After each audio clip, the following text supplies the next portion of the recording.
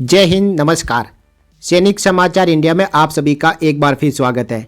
सिपाही से लेकर सूबेदार मेजर तक OROP 2 की arrear table, arrear till 30 June 22 and arrear till 31 मार्च 23। साथियों, एरियर कैलकुलेशन में आप कई तरीके की टेबल्स देख रहे हो। उन टेबल्स में यह भी बताया जा रहा है कि जो एरियर टेबल सरकार ने जारी की है उसके ऊपर आपको डियरनेस रिलीफ भी मिलेगा।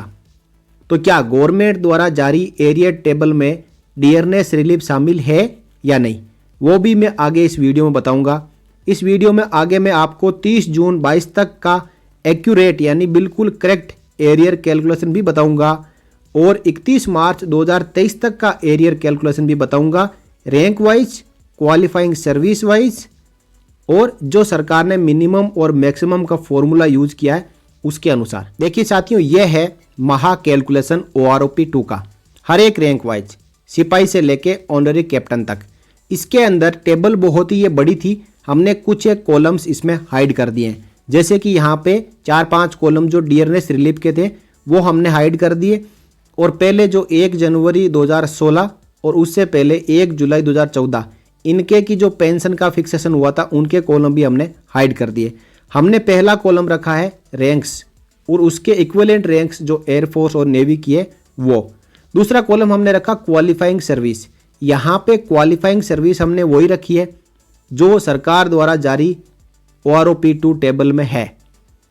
आगे हमने जो कॉलम रखा है वो है कि 7वें पे कमीशन में जो 1 जुलाई 2014 को जो आपकी पेंशन थी उसको 7वें पे कमीशन में 2.57 से मल्टीप्लाई करने के बाद 1 जनवरी 2016 को आपकी पेंशन कितनी बनी है। नेक्स्ट जो कॉलम है वो है कि सरकार ने जो पेंशन डाटा यानी पेंशन टेबल में जो आपकी पेंशन बताई गई है उसका कॉलम यहाँ पे, और जो परसेंटेज इंक्रीज हुआ है मिनिमम एंड मैक्सिमम पेंशन का। तो जो येलो कलर में दिखाया हुआ है वो सरकार ने एक्चुअली अपनी जो टेबल में रैंक को शामिल किया गया है, लेकिन रेड कलर वाली टेबल्स जो रैंक है उनको शामिल नहीं किया गया है, जैसे कि ऑनररी रैंक हो गई और एक सूबेदार रैंक हो गई।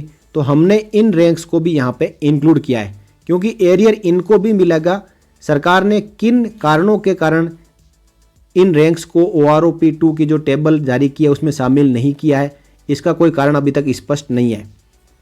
अगला कॉलम साथियों हमने रखा है कि 1 जुलाई 19 से जो परसेंटेज इंक्रीज होने के बाद कितनी पर मंथ पेंशन इंक्रीज होगी, फिर आपकी पर मंथ जो पेंशन इंक्रीज प्लस 1 जनवरी 16 को कितनी पेंशन दी, इन दोनों को मिला दिया जाए तो नेट आपकी पेंशन बिना डियरनेस रिलीफ के पर मंथ कितनी बनेगी। और इसी के मुताबिक हमने इनको कैलकुलेट कर लिया कि आपकी 31 मार्च 2023 तक बिना डियरनेस रिलीफ के 45 मंथ की पेंशन कितनी बनेगी। इसके साथ ही एक कॉलम हमने बनाया है कि जो गवर्नमेंट ने टेबल जारी की है तो रैंक वाइज कितना कितना एरियर बताया है, और नेक्स्ट हमने अपनी तरफ से जो एक्चुअल एरियर कितना बनेगा बिना DR के 30 जून 2022 तक 36 मंथ का वो पहले दिखाया, और उसी के साथ डियरनेस रिलीफ के साथ 30 जून 22 तक कितना आपका टोटल एरियर बनेगा वो साथ में दिखा दिया। इसके अगला जो कॉलम रहेगा साथियों वो रहेगा कि आपकी ये तो पहले तो थी 36 मंथ की बिना DR के और विथ DR के आपकी एरियर, और एक कॉलम हमने बना दिया कि यदि सरकार 31 मार्च 2023 तक एरियर को कैलकुलेट करके एक्स सर्विसमैन को देती है तो एरियर कितना बनेगा, और इस एरियर के बाद 1 अप्रैल 2023 से आपकी नेट पेंशन जिसमें आपकी जो पेंशन जो इंक्रीज हो चुकी है वो प्लस उसके ऊपर जो डियरनेस रिलीफ लगेगा उसके बाद रैंक वाइज कितनी पेंशन बनेगी।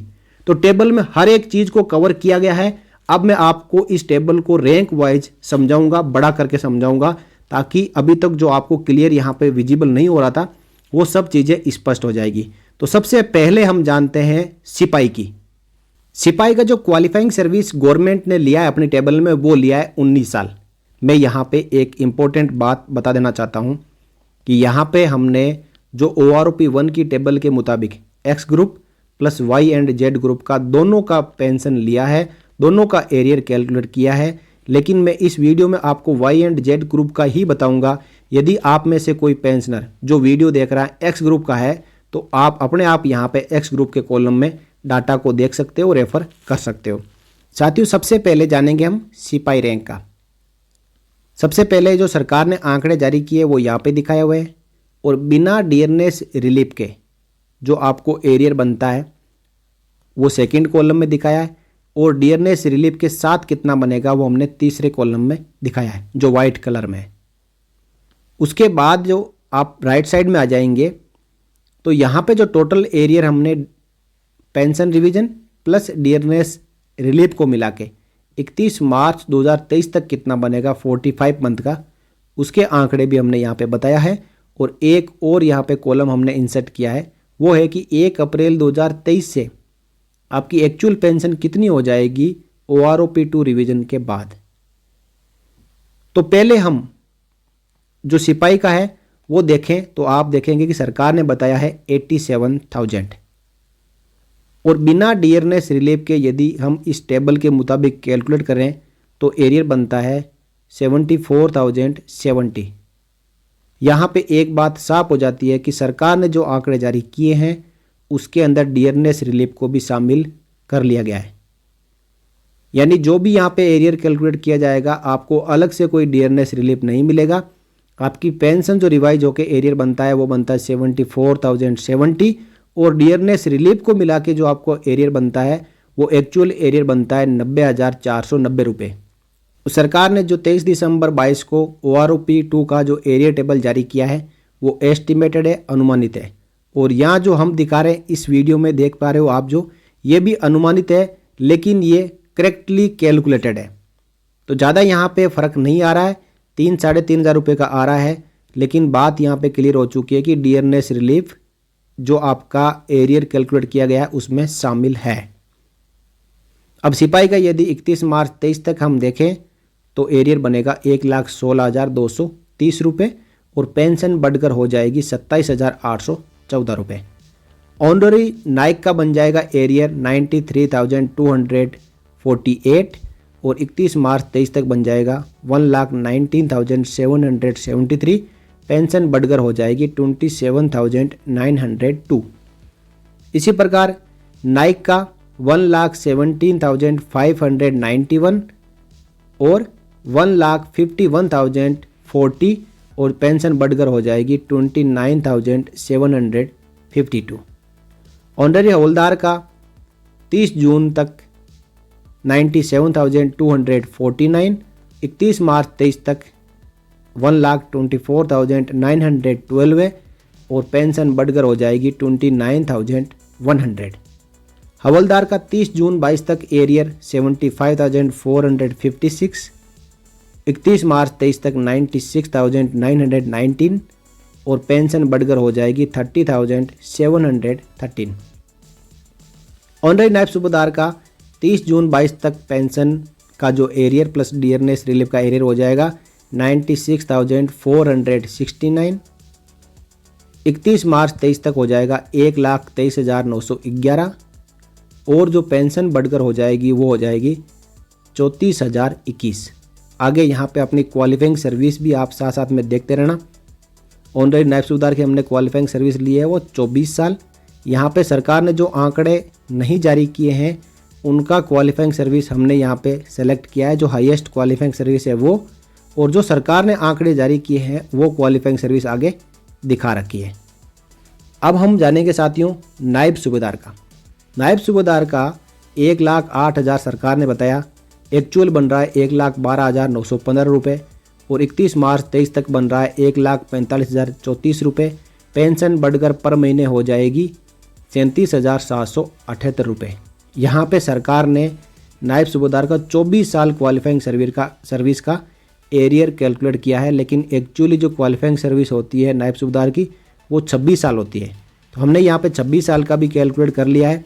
उनका एरियर बनेगा 1,24,662 रुपये, 31 मार्च 23 तक बनेगा 1,60,123 रुपये, और पर मंथ जो पेंशन हो जाएगी वो हो जाएगी 41,701 रुपये।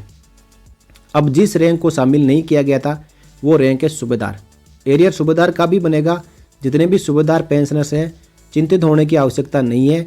मिनिमम और मैक्सिमम का जब एवरेज निकाला जाएगा तो जिनकी रैंक पेंशन मिनिमम होगी या उसके आसपास या उससे थोड़ी ज़्यादा होगी लेकिन एवरेज से कम होगी, उनका भी एरियर ज़रूर बनेगा। तो सूबेदार साहब का 30 जून 22 तक जो एरियर बनने जा रहा है 28 साल क्वालिफाइंग सर्विस के मुताबिक और छठे पे कमीशन और 7वें पे कमीशन का जो रिवीजन होने के बाद वो बन रहा है 1,52,530 रुपये और 31 मार्च 23 तक 1,95,917 रुपये। जो पेंशन बढ़कर पर मंथ हो जाएगी वो हो जाएगी 49,346 रुपये। अब जानेंगे हम सूबेदार मेजर का। सूबेदार मेजर का जो एरियर सरकार ने बताया है कि 1,75,000, लेकिन इस टेबल के मुताबिक एक्यूरेट बनेगा 1,79,190 और 31 मार्च 23 तक 2,30,161 और फाइनल जो पेंशन बन जाएगी 1 अप्रैल 23 से वो बनेगी 53,016, 30 साल क्वालिफाइंग सर्विस। अब जानेंगे साथियों ऑनररी लेफ्टिनेंट। इनका जो सरकार ने टेबल जारी किया है उसके अंदर कोई आंकड़े नहीं दिखाए हैं, लेकिन एरियर इनको भी मिलेगा। तो 2,18,235 रुपये बनेगा 30 जून 22 तक। 31 मार्च 23 तक बनेगा 2,80,312 रुपये और पर मंथ जो पेंशन हो जाएगी 1 अप्रैल 23 से वो हो जाएगी 65,302। फाइनली ऑनररी कैप्टन का 30 जून 22 तक एरियर बन रहा है 2,30,713 रुपये। 31 मार्च 23 तक बन रहा है 2,96,340 रुपये और पर मंथ पेंशन 1 अप्रैल 23 से हो जाएगी 69,036। साथियों इस टेबल को बनाने में कई सारे कॉलम इंसर्ट करने पड़े, उनका कैलकुलेशन इस टेबल में किया गया है। ये जो आप फाइनल आंकड़े देख पा रहे हो ये आंकड़े पूरे कैलकुलेशन के बाद ही निकल के आए हैं। इस टेबल में कैलकुलेशन हमने वही यूज किया जो सरकार ने अपने OROP2 एरिया टेबल में यूज किया, लेकिन जो यहाँ पे परसेंटेज इंक्रीज आप रेड कलर वाले देख रहे हो वो अनुमानित है, वो बाकी रैंक के अनुसार ही इसमें लिए गए हैं। जैसे यहाँ पे एक सिपाही का 11.65 और नायक का 14.51 इंक्रीज हो रहा है मिनिमम और मैक्सिमम का एवरेज लेने के बाद, तो हमने ऑनररी नायक का 12% ही लिया है। इसी प्रकार आप देख रहे हैं कि यहाँ पे नायब सूबेदार से लेके ऑनररी कैप्टन तक का 10 और 12 के बीच में हो रहा है, तो हमने भी 10 और 12 के आंकड़े यहाँ पे लिए हैं। सूबेदार मेजर का 12.15 है तो बाकी का भी 12 यहाँ पे लिया हुआ है। ओवरऑल आप यहाँ पे इस टेबल को देखने के बाद दो चीज़ें सामने निकल के आई है। सबसे पहली कि जो सरकार ने एरियर कैलकुलेट किया है वो 99% करेक्ट है और मैक्सिमम जो क्वालिफाइंग सर्विस हर एक रैंक की है उसके अनुसार सरकार ने डाटा उठाया है। ज़्यादा इसमें एरियर में कोई फ़र्क नहीं है। आप यहाँ पे देख पा रहे हो 3 से 4 हज़ार रुपये का पर रैंक का फ़र्क है, लेकिन यहाँ पे दो चीज़ें इसमें हम एनोमली कह सकते हैं। एक हवलदार की जो पेंशन का कम इंक्रीज होना है और दूसरा सूबेदार रैंक को शामिल ना करना। ऑनररी रैंक का हम मान सकते हैं कि 1 जनवरी 2016 से कहीं उनको 7वें पे कमीशन का जो लाभ है वो एडिशनल दे दिया गया, या जो भी कहानी इसके पीछे रही उनका शामिल नहीं करना इतना संदेहास्पद नहीं लगता है जितना कि सूबेदार रैंक को शामिल नहीं करना। इसमें काफ़ी डाउट है कि सूबेदार रैंक को शामिल क्यों नहीं किया गया। ये सब निकल के आएगा OROP2 की जो फाइनल टेबल जारी होगी तो उसमें। लेकिन एरियर हर एक पेंशनर को मिलेगा, उन पेंशनर को नहीं मिलेगा जिनका मैक्सिमम और मिनिमम समान रैंक और समान लेंथ ऑफ सर्विस का निकालने के बाद जिनकी पेंशन पहले से ही ज़्यादा है। 1 जनवरी 2016 को 7वें पे कमीशन में पेंशन रिवीजन के बाद जिनकी पेंशन एवरेज से ज़्यादा होगी तो उनकी पेंशन कम नहीं की जाएगी, लेकिन उनको एरियर नहीं मिलेगा और ना ही उनकी कोई पेंशन बढ़ेगी। जो अभी तक वो पेंशन लेते आ रहे थे वही पेंशन आगे कंटिन्यू रहेगी। OROP थर्ड में हो सकता है कि उनकी पेंशन में इंक्रीज हो, यदि अभी वो ज़्यादा ले रहे हैं तो OROP थर्ड में उनकी पेंशन उस समय भी ज़्यादा ही होगी, तो उनको नहीं मिलने वाली। उनकी पेंशन को प्रोटेक्ट जरूर किया जाएगा, पेंशन कम नहीं की जाएगी। अब एवरेज निकलने के बाद जिसकी जितनी पेंशन कम होगी उतना ही उनको एरियर ज़्यादा मिलेगा, और यदि एवरेज के आसपास यदि किसी की पेंशन पहले से है तो उनको उतना ही एरियर कम मिलेगा।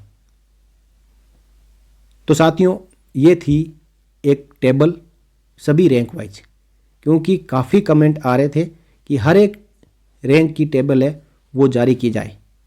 अब साथियों, यदि हम रैंक वाइज 0.5 से लेके 32 ईयर्स तक की क्वालिफाइंग सर्विस के अनुसार टेबल बनाने लग जाएंगे, बैठ जाएंगे, तो काफ़ी समय बर्बाद आपका भी हो जाएगा और मेरा भी हो जाएगा।